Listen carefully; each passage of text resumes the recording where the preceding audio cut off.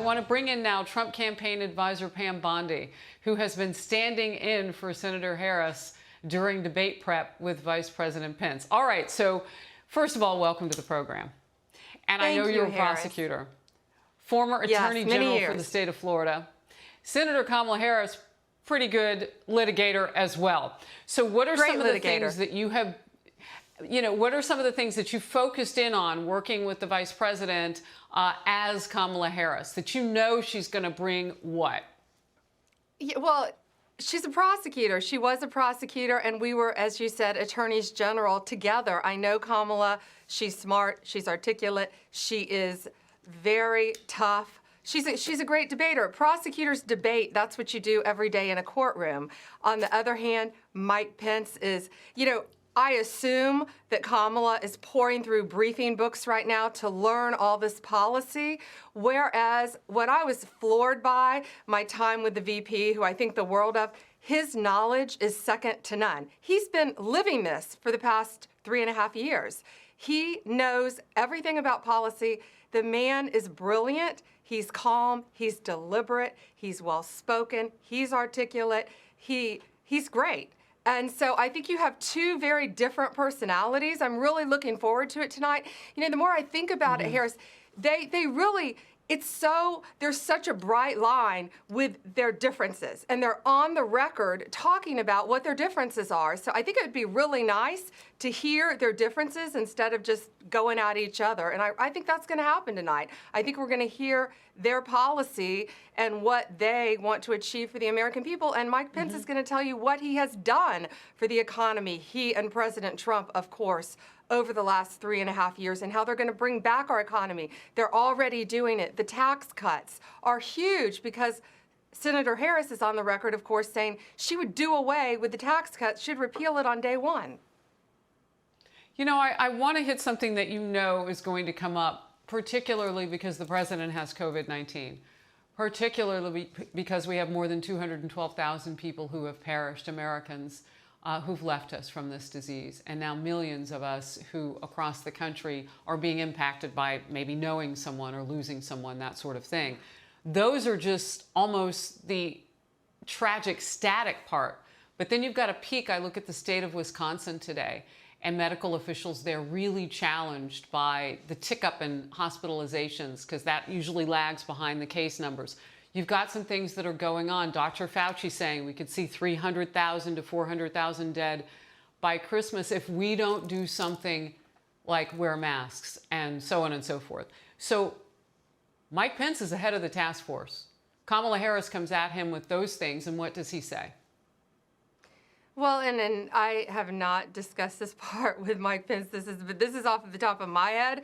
What I would say is, well, you're the one that called us xenophobic for wanting to shut down China's entry. You're the one who wants open borders so people can just flow into this country with diseases, with human trafficking, with drugs. So, there's plenty to come back. And Mike Pence has been on the front line of trying to help the COVID virus. We know that. He knows as much as the experts. He's been with them daily. He has done a great job, and hopefully we're going to have a vaccine soon. He can talk to all that. He knows all this firsthand. So I think there's a lot of back and forth. And back to the president, I'm so glad. That's such a great report today. And when I talked to him Monday night, he sounded great. He was in great spirits. So it sounds like he's even better today. So he's showing that you can beat this and you don't have to let it control your life. Yes, it's a horrible, horrible virus. And I think Vice President Pence is prepared to talk about all that. Yeah, and you and I both know, as former AG of a state, Pam Bondi, that you want to try to get whatever the president had into the bloodstream of Americans at as low cost as possible. He had a pretty special cocktail mix of things that clearly have been a blessing so far for him, and we are grateful for that update. I want to move to this. White House senior advisor Stephen Miller testing positive for COVID-19 yesterday, becoming, at least that we know of, the 19th case linked to the White House. Does this drip, drip, drip of infections hurt the campaign? You're a senior advisor on the campaign. Well, the campaign's been very, very transparent.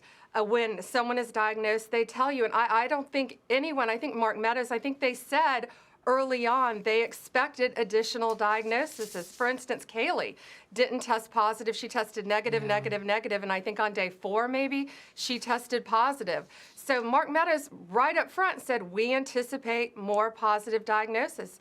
And, you know, pray for Stephen. Stephen's a friend. And of course, I want him to be asymptomatic as Kaylee is and do well as everyone in the White House. But, you know, that's the problem with this disease. We all know it. And now a lot of our friends are experiencing that. And we just pray that they all get well and they're all isolating. Stephen was isolated since the first diagnosis happened.